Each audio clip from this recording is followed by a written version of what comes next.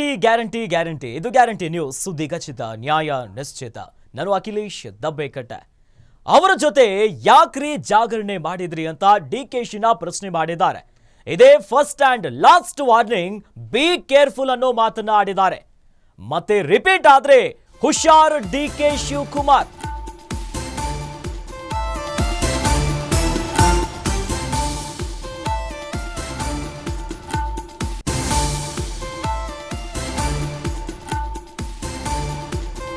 ಮುಂದೆ ಹೀಗೆ ಆದ್ರೆ ಪರಿಣಾಮ ನೆಟ್ಟಗಿರಲ್ಲ ಮಿನಿಸ್ಟರ್ ಡಿಕೆ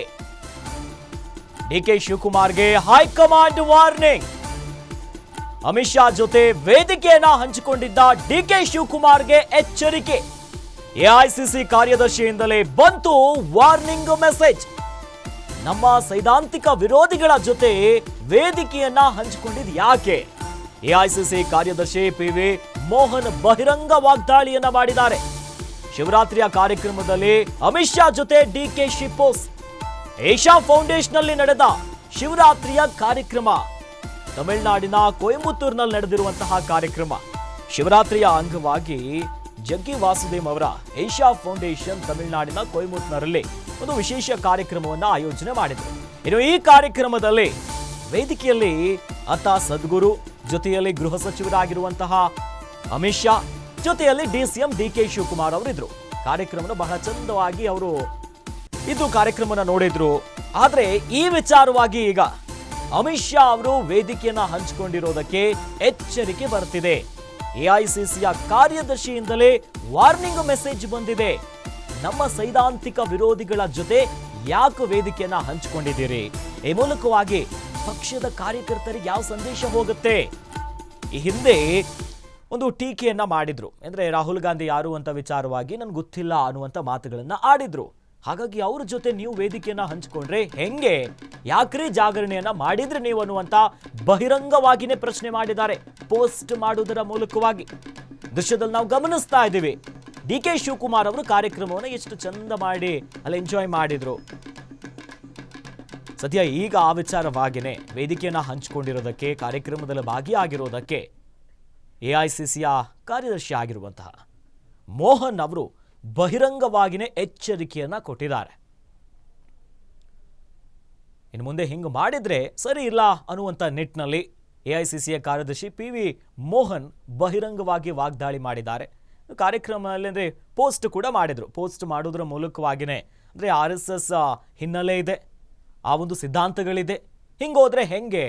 ಈ ರೀತಿ ಆಗ್ಬಿಟ್ರೆ ಯಾವ ಸಂದೇಶ ಹೋಗಲ್ಲ ಅನ್ನುವಂಥ ನಿಟ್ಟಿನಲ್ಲಿ ಡಿಕೆ ಶಿವಕುಮಾರ್ ಅವರಿಗೆ ವಾರ್ನಿಂಗ್ ಮೆಸೇಜ್ ಬಂದಿದೆ. ಮತ್ತೆ ಇದೇ ಎಲ್ಲಾದರೂ ರಿಪೀಟ್ ಆದರೆ ಎಚ್ಚರಿಕೆ ಅನ್ನುವಂಥ ಮಾತುಗಳು.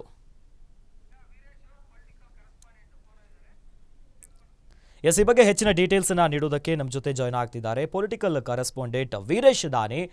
ವೀರೇಶ್, ಸದ್ಯ ಡಿಕೆ ಶಿವಕುಮಾರ್ ಅವರ ಒಂದೊಂದು ನಡೆ ಸಾಕಷ್ಟು ಚರ್ಚೆ ಕಾರಣ ಆಗ್ತಿದೆ.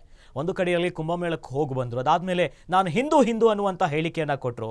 ಅದಾದ್ಮೇಲೆ ಈಗ ಶಿವರಾತ್ರಿಯ ಕಾರ್ಯಕ್ರಮ ವೇದಿಕೆಯನ್ನ ಹಂಚಿಕೊಂಡಿರುವಂಥ ವಿಚಾರವಾಗಿ ದೊಡ್ಡ ಮಟ್ಟದ ಸಂಚಲನ ಮೂಡಿದೆ. ಈ ಬಗ್ಗೆ ಹೆಚ್ಚಿನ ಅಪ್ಡೇಟ್ಸ್ ನೀಡೋದಾದ್ರೆ ವೀರೇಶ್. ಖಂಡಿತವಾಗಿಯೂ ಅಖಿಲೇಶ್, ಕೊಯಮತ್ತೂರಿನ ಇಶಾ ಫೌಂಡೇಶನ್ ಯೋಗ ಕೇಂದ್ರ ಏನಿದೆ, ಈ ಯೋಗ ಕೇಂದ್ರ ನಿನ್ನೆಷ್ಟೇ ಶಿವರಾತ್ರಿ ಕಾರ್ಯಕ್ರಮದಲ್ಲಿ ಒಂದು ವಿಶೇಷವಾದಂತ ಜಾಗರಣೆ ಕಾರ್ಯಕ್ರಮವನ್ನು ಹಮ್ಮಿಕೊಂಡಿತ್ತು. ಈ ಕಾರ್ಯಕ್ರಮದಲ್ಲಿ ಕೇಂದ್ರ ಗೃಹ ಸಚಿವರಾಗಿದ್ದಂತ ಅಮಿತ್ ಶಾ ಮತ್ತು ಡಿಕೆ ಶಿವಕುಮಾರ್ ಅವರು ಭಾಗಿಯಾಗಿದ್ದು ಸಾಕಷ್ಟು ಕಾಂಗ್ರೆಸ್ನ ಹಿರಿಯ ನಾಯಕರ ಆಕ್ಷೇಪಕ್ಕೆ ಕಾರಣವಾಗ್ತಾ ಇರುವಂತದ್ದು. ಈ ಕುರಿತಂತೆ ಎಐಸಿಸಿಯ ಕಾರ್ಯದರ್ಶಿಯಾಗಿರ್ತಕ್ಕಂಥ ಪಿವಿ ಮೋಹನ್ ಅವರು ಬಹಿರಂಗವಾಗಿ ಅಸಮಾಧಾನವನ್ನು ಹೊರಹಾಕಿದ್ದಾರೆ ಮತ್ತು ಆಕ್ಷೇಪವನ್ನು ಎತ್ತಿದ್ದಾರೆ. ಡಿಕೆ ಶಿವಕುಮಾರ್ ಅವರು ಈ ಕಾರ್ಯಕ್ರಮದಲ್ಲಿ ಭಾಗಿಯಾಗುವುದರ ಮೂಲಕ ಕಾರ್ಯಕರ್ತರಿಗೆ ಯಾವ ಸಂದೇಶವನ್ನ ಕೊಡ್ಲಿಕ್ಕೆ ಹೊರಟಿದ್ದಾರೆ ಅಂತ ಹೇಳಿ ಪ್ರಮುಖವಾಗಿ ಒಂದು ಆಕ್ಷೇಪವನ್ನ ಎತ್ತಿದ್ದಾರೆ. ಜೊತೆಗೆ ಏನಂತಂದ್ರೆ RSS ಹಿನ್ನೆಲೆ ಉಳ್ಳಂತ ವ್ಯಕ್ತಿಗಳು ಆ ಸಮಾವೇಶದಲ್ಲಿ ಭಾಗಿಯಾಗ್ತಾ ಇದ್ದಾರೆ. ಹೀಗಾಗಿ ನೀವು ಆ ಸಮಾವೇಶದಲ್ಲಿ ಭಾಗಿಯಾಗಿದ್ದು ಎಷ್ಟರ ಮಟ್ಟಿಗೆ ಸರಿ ಅನ್ನೋ ನಿಟ್ಟಿನಲ್ಲಿ ಪಿವಿ ಮೋಹನ್ ಅವರು ಆಕ್ಷೇಪವನ್ನು ವ್ಯಕ್ತಪಡಿಸಿದ್ದಾರೆ. ಈ ಹಿಂದೆನೂ ಸಹ ಇಶಾ ಯೋಗ ಫೌಂಡೇಶನ್ ನ ಸದ್ಗುರು ಆಗಿರ್ತಕ್ಕಂಥ ಜಗ್ಗಿ ವಾಸುದೇವ್ ಅವರು ರಾಹುಲ್ ಗಾಂಧಿ ಯಾರು, ಅವ್ರು ನನಗೆ ಗೊತ್ತೇ ಇಲ್ಲ ಅಂತಂದು ಹೇಳುವ ಮೂಲಕ ಕಾಂಗ್ರೆಸ್ಗೆ ಸಾಕಷ್ಟು ಮುಜುಗರವನ್ನು ಉಂಟು ಮಾಡಿದ್ರು. ಅಂತ ವ್ಯಕ್ತಿಯ ಜೊತೆಗೆ ನೀವು ವೇದಿಕೆಯನ್ನು ಹಂಚಿಕೊಳ್ಳೋದು ಎಷ್ಟರ ಮಟ್ಟಿಗೆ ಸರಿ ಅನ್ನೋದ್ರ ಮೂಲಕ ಎಐಸಿಸಿ ನಾಯಕರುಗಳೇ ಈಗ ಆಕ್ಷೇಪವನ್ನ ಒಂದ್ ಕಡೆ ಎತ್ತಿರುವಂತದ್ದು. ಇನ್ನೊಂದ್ ಕಡೆ ಡಿಕೆ ಶಿವಕುಮಾರ್ ಅವರು ಇತ್ತೀಚೆಗಷ್ಟೇ ಕುಂಭಮೇಳದ ಶಾಹಿ ಸ್ನಾನದಲ್ಲಿ ಭಾಗಿಯಾಗಿ ಬಂದಿದ್ರು ಮತ್ತು ಹಿಂದುತ್ವದ ವಿಚಾರದಲ್ಲೂ ಸಹ ಸಾಫ್ಟ್ ಕಾರ್ನರ್ ಆಗಿ ಮಾತನಾಡ್ತಾ ಇರೋದು ಎಐಸಿಸಿ ನಾಯಕರ ಕೆಂಗಣಿಗೆ ಗುರಿಯಾಗಿರುವುದು ಇದೀಗ ಸ್ಪಷ್ಟವಾಗಿ ಕಂಡು ಬರ್ತಾ ಇರುವಂತದ್ದು. ಅಖಿಲೇಶ್, ಧನ್ಯವಾದಗಳು ವೀರೇಶ್ ನಿಮ್ಮೆಲ್ಲ ಮಾಹಿತಿಗೆ.